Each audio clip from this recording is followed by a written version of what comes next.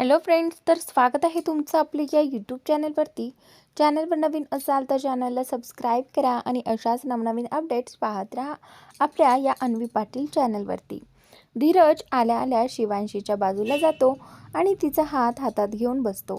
थोड्या वेळासाठीच का होईना त्याची हार्टबीट स्किप झाली होती मायराला बघून.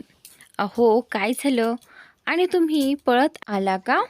शिवांशी त्याच्या हातावर दुसरा हात फिरवत बोलली. त्याला दम लागला होता. तिच्या बाजूला बसून तो स्वतःचे हार्टबीट नॉर्मल करत होता. नाही ग, तुझ्यापासून थोडा वेळ पण लांब जावं वाटत नाही म्हणून लगेच आलो, त्यामुळे दम लागला असेल. धीरज चेहऱ्यावर हसू आणत म्हणाला.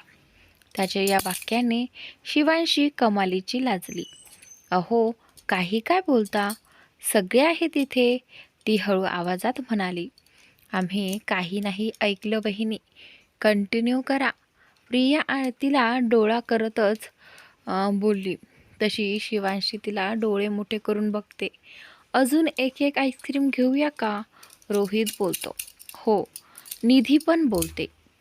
नको, आधीच एक झालं आहे. धीरज सरळ नकार देतो. भाई, एकदाच, फक्त एकदाच. अहो, हे शेवटचं, प्लीज प्लीज. त्या तिची पण त्याला मस्का मारू लागतात.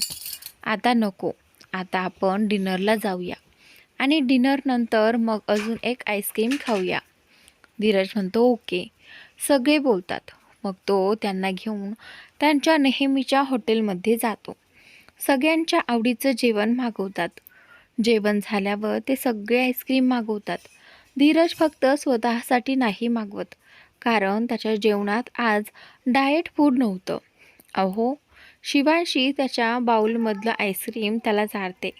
तिने चारल्यामुळे तोही खातो आणि असंच दोघं आईस्क्रीम संपवतात. सगळे कंटाळल्यामुळे घरी आल्या आल्या रूममध्ये झोपायला जातात. धीरज आणि शिवांशीसुद्धा चेंज करून लगेच बेडवर एकमेकांच्या मिठीत झोपतात. इकडे मायरा आणि निखिल रूममध्ये आल्यापासून एकमेकांशी न बोलता शांत बसले होते. आता काय करायचं? शेवटी निखिल शांतता तोडत म्हणतो. उद्या येणार आहे ना तो? मग उद्या तू. तिला तिचा प्लॅन सांगते. मायरा, एक नंबर प्लॅन आहे. यामध्ये तो नक्की फसणार बघ. निखिलसुद्धा हसत म्हणतो. तो फसणार नाही, पण तिला फसवणार. तिला त्याच्या आयुष्यातून बाजूला करणार मी, मायरा म्हणते. दोघेसुद्धा नवीन प्लॅन करून झोपायला जातात.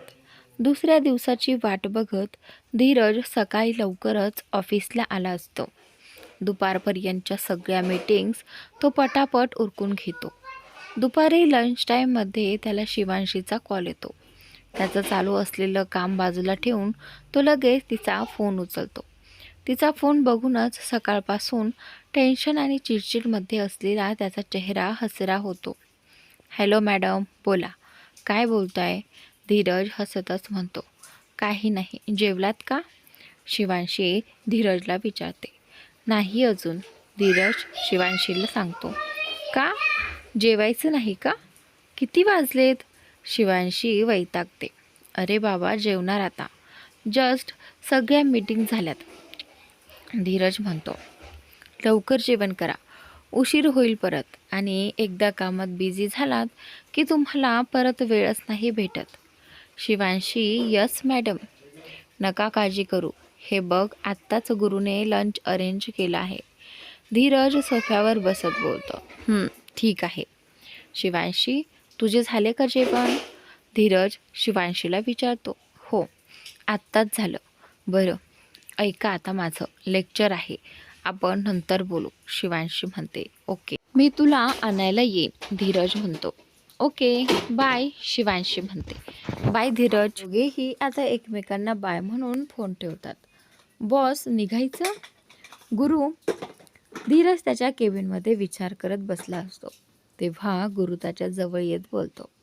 यस, मला सांग, त्यांच्यावर लक्ष आहे ना तुमचे? यस बॉस, त्यांच्यावर आपले गार्ड्स लक्ष ठेवून आहेत. गुरु, काही हालचाल? धीरज विचारतो. नाही बॉस, कालपासून ते घरातून बाहेर गेलेच नाहीत. गुरु म्हणतो ओके. धीरज कारमध्ये बसतो. काही वेळात ते मायराच्या घरी पोहोचतात. गुरु मायराच्या दाराची बेल वाजवतो. धीरज, आलास तू? धीरजला दारात बघून मायरा लगेच त्याच्या गळ्यात पडते. मला आता तरी येऊ दे. धीरज तिला बाजूला करत बोलतो. तर अरे हां, मी विसरलेच, ये ना तू. मायरा त्याला आत घेत बोलती. त्याच्याबरोबर गुरुसुद्धा येतो. धीरज, बस ना, मी तुझ्यासाठी काहीतरी खाण्यासाठी आणते. मायरा, नाही, नको, मला काही नको. मला तुझ्याबरोबर काहीतरी महत्त्वाचं बोलायचं आहे. धीरज, काय बोलायचं आहे? होती. मायराला जणू अंदाज होता तरी विचारत होती. धीरज नजरेने गुरुला बाहेर जायला सांगतो आणि सोबत निखिलला सुद्धा घेऊन जायला सांगतो. कारण हे त्यांचे पर्सनल होते आणि ते त्याला जगजाहीर करायचे नसते. निखिल आधी तर बाहेर जायला नकार देतो, पण मायरा त्याला जायला सांगते. तेव्हा तो जातो. हे बघ मायरा, आपण एकमेकांना खूप चांगल्या प्रकारे ओळखतो. आपल्यामध्ये रिलेशन होतं. आपण एकमेकांच्या खूप क्लोज पण आहोत आणि यामध्ये आपल्या दोघांची मर्जी होती. माझे लग्न झाले आहे, मान्य आहे. मी तुला बोललो होतो की तिला मी कधी ॲक्सेप्ट करणार नाही, पण माहीत नाही कसे मी तिच्या प्रेमात पडत गेलो आणि आता माझ्या आयुष्यात तिला सोडून दुसऱ्याला कोणालाच जागा नाही. माझ्यासाठी माझं पूर्ण जग ती झाली आहे. त्यामुळे आपल्यामध्ये जे काही होते ते संपले आहे आणि आत्तापासून आपण दोघे वेगळे आहोत. धीरज, धीरज, काही काय बोलत आहेस? आणि आपल्यात जे झालं ते काय होतं मग? कोणत्या हक्काने तू माझ्या जवळ आला होतास? कोणत्या हक्काने माझ्या शरीरावरती स्वतःचा अधिकार दाखवला होतास? मायरा रागात त्याची कॉलर पकडत बोलती. मायरा, हे बघ, मी समजू शकतो तुझा राग, पण एक गोष्ट लक्षात ठेव. आपल्यात जे झालं त्यात तुझी सुद्धा मर्जी होती. इनफॅक्ट या सगळ्याला सुरुवात तुझ्यापासून झाली होती. त्यामुळे मला हे हक्क आणि अधिकार सांगू नकोस. कारण जे मला हवं होतं ते तुला सुद्धा हवं होतं. धीरज म्हणतो. धीरज, मी नाही राहू शकत तुझ्याशिवाय. खूप खूप प्रेम करते मी तुझ्यावर. मायरा त्याला मिठी मारत बोलती. धीरज म्हणतो, काही काय बोलत आहेस? आणि आपल्यात जे झालं ते काय होतं मग? कोणत्या हक्काने तू माझ्या जवळ आला होतास? कोणत्या हक्काने माझ्या शरीरावर स्वतःचा अधिकार गाजवलास? का दाखवला होतास? मायरा रागत त्याची कॉलर पकडत पुन्हा बोलते. त्यानंतर धीरज, मायरा, हे बघ, मी समजू शकतो तुझा राग, पण एक गोष्ट लक्षात ठेव. आपल्यात जे झालं त्यात तुझी सुद्धा मर्जी होती. इनफॅक्ट सुरुवात तुझ्याकडूनच झाली होती. त्यामुळे मला हक्क आहे आणि अधिकार सांगू नकोस. कारण जे मला हवं होतं ते तुला सुद्धा हवं होतं. धीरज पुन्हा पुन्हा तेच तिला सांगत असतो. मायरा म्हणते, धीरज, मी नाही राहू शकत तुझ्याशिवाय. खूप प्रेम करते मी तुझ्यावर. ती त्याला मिठी मारते. धीरज म्हणतो, मायरा प्लीज समजून घे. आपल्यात आता पहिल्यासारखं काहीच उरलं नाही आहे. मान्य आहे मला तुझं प्रेम, पण आता त्या प्रेमाला काहीच अर्थ नाही आहे. जेवढ्या लवकर मूव्ह ऑन होशील तेवढं तुझ्यासाठी चांगलं आहे. मायरा धीरजला म्हणते. धीरज, त्या बेहनजी मुलीसाठी मला सोडतोयस? असं काय आहे तिच्यात? बोल ना, काय आहे तिच्यात? तिच्यापेक्षा जास्त सुख मी तुला देऊ शकते. ती करू शकेल का? मी तुला जे सुख देऊ शकते ती ते नाही देऊ शकणार. मला तुझ्याबद्दल सगळं माहीत आहे. तिला माहिती आहे का, मी प्रेम करते तुझ्यावर. ती नाही करत. ती फक्त पैशांसाठी आहे तुझ्यासोबत. त्या मध्यमवर्गीय मुलींना अजून काय येते? धीरज रागात म्हणतो, मायरा, तिच्याबद्दल मी एक शब्द ऐकून घेणार नाही. ती तुझ्यासारखी नाही आहे आणि पैशांसाठी माझ्यासोबत कोण आहे हे मला ठाऊक आहे. आणि सुख म्हणतात ना, फक्त शरीराचं नसतं, मनाचं आणि तनाचंही असतं, जे तिने मला दिले. मायरा म्हणते, नाही धीरज, ते मी तसंच म्हणायचं नव्हतं मला, पण ती तुला माझ्यापासून दूर करते. मी काय करू मग? मला खरंच तुझ्यावर माझं प्रेम आहे, खूप प्रेम आहे. मी नाही जगू शकत तू माझ्या आयुष्यात नसला तर आणि तुझंही माझ्यावर प्रेम होतंच ना. धीरज म्हणतो, मायरा ऐक, स्वतःला या सगळ्यातून जेवढ्या लवकर सावरशील तेवढं तुझ्यासाठी चांगलं आहे, नाहीतर पुढे तुला फार अवघड जाईल. आणि राहिला प्रश्न प्रेमाचा, तर माझं कधीच तुझ्यावर प्रेम नव्हतं. ते फक्त अट्रॅक्शन होतं. मी जेव्हा एकटा होतो तेव्हा माझ्या परिस्थितीचा फायदा घेतला तू. मला सुद्धा कोणाच्या आधाराची गरज होती हे तुला माहीत होतं, म्हणून तू आली होतीस. मायरा म्हणते, तू मला असं डीच करू शकत नाहीस. आणि मी तुझ्या कोणत्याच परिस्थितीचा फायदा घेतला नाही आहे. मी फक्त तुला आधार द्यायला आले होते आणि तूच मला जवळ घेतलंस.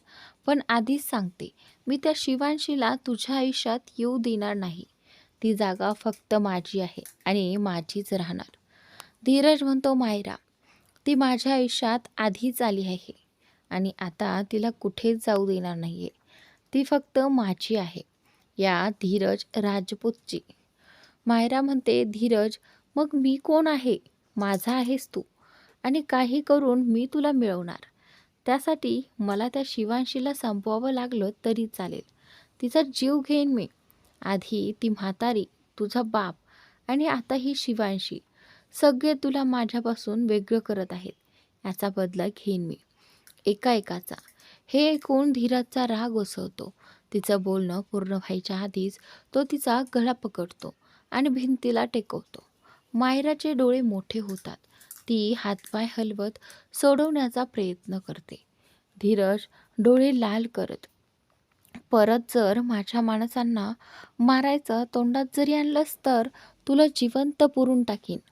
माझ्या परिवारापासून लांब राहा. शिवांशीच्या जवळ फिरकू नकोस. तिच्या केसाला जर धक्का लावला तर तुला तुझी हाडंसुद्धा मिळणार नाहीत. तेवढ्यात गुरु आणि निखिल आत धावत येतात. गुरु म्हणतो, बॉस सोडा तिला, मरेल ती. धीरज तसाच गळा दाबत असतो. बॉडीगार्ड जबरदस्तीने त्याला बाजूला करतात. मायरा खोकत खोकत गळा पकडत धीरजकडे बघत असते. धीरज म्हणतो, परत माझं नाव तुझ्या तोंडून काढायचं नाही आणि मला तुझं हे तोंड दाखवायचं नाही, कळलं का? धीरज त्या मायराला बोलतो. धीरज निखिलकडे रागीट कटाक्ष टाकतो. त्याचं थरथरायला लागतं. निखिल तिथेच धाडकन कोसळतो. धीरज धडपडत तडतड पावलं टाकत तिथून बाहेर पडतो. कारमध्ये बसतो. ब्लेझर काढतो, टाय लूज करतो, स्लीव्ज वर घेतो, सिगारेट पेटवतो, दूर हवेत सोडतो आणि पुटपुटतो. धीरज म्हणतो, हिची हिंमत कशी झाली एवढं बोलायची? नाही सोडणार मी हिला. तर इथं कडेल रुबाबात बसला होता. नजर मात्र समोर होती. तिथे असणारे सगळे फक्त त्याच्याकडेच बघत होते. कोणाची हिंमत नव्हती त्याच्याजवळ जाऊन त्याला हाक मारायची. खूप वेळ झाला तरी सगळं तसंच चालू होतं आणि बाकीचे बाजूला उभे राहून शांतपणे बघत होते. शेवटी गुरुलाच हिंमत करून बोलावं लागलं. बॉस. गुरु जरा घाबरतच त्याला आवाज देतो. काय आहे? धीरज वैतागतच त्याच्याकडे बघत बोलतो. आणि त्यानंतर, बॉस, ते मॅडमचं कॉलेज सुटायचा टायमिंग झालाय.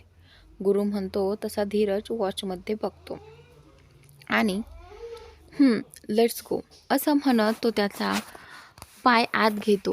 गुरु लगेच पुढे जाऊन ड्रायव्हरच्या बाजूला बसतो. बाकीचे गार्ड्स आपल्या आपल्या कारमध्ये बसतात. गुरु त्या दोघांवर बारकाईने लक्ष असू देत. तुझं कुठे जातात, काय करतात, कोणाला भेटतात, या सगळ्यावर नजर ठेव. आणि हो, शिवांशीची पण सिक्युरिटी वाढव. धीरज काहीतरी विचार करत म्हणतो. Okay boss.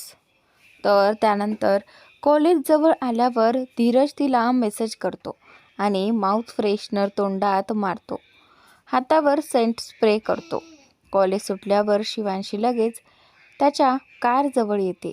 ती कारमध्ये बसल्यावर धीरज तिला जवळ घेत मिठीत घेतो.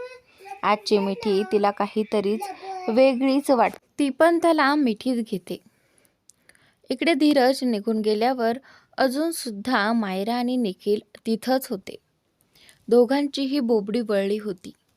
थोड्या वेळाने या सगळ्यातून सावरून निखिल उठून तिच्या जवळ येतो आणि तिला उठवून खुर्चीवर बसवतो.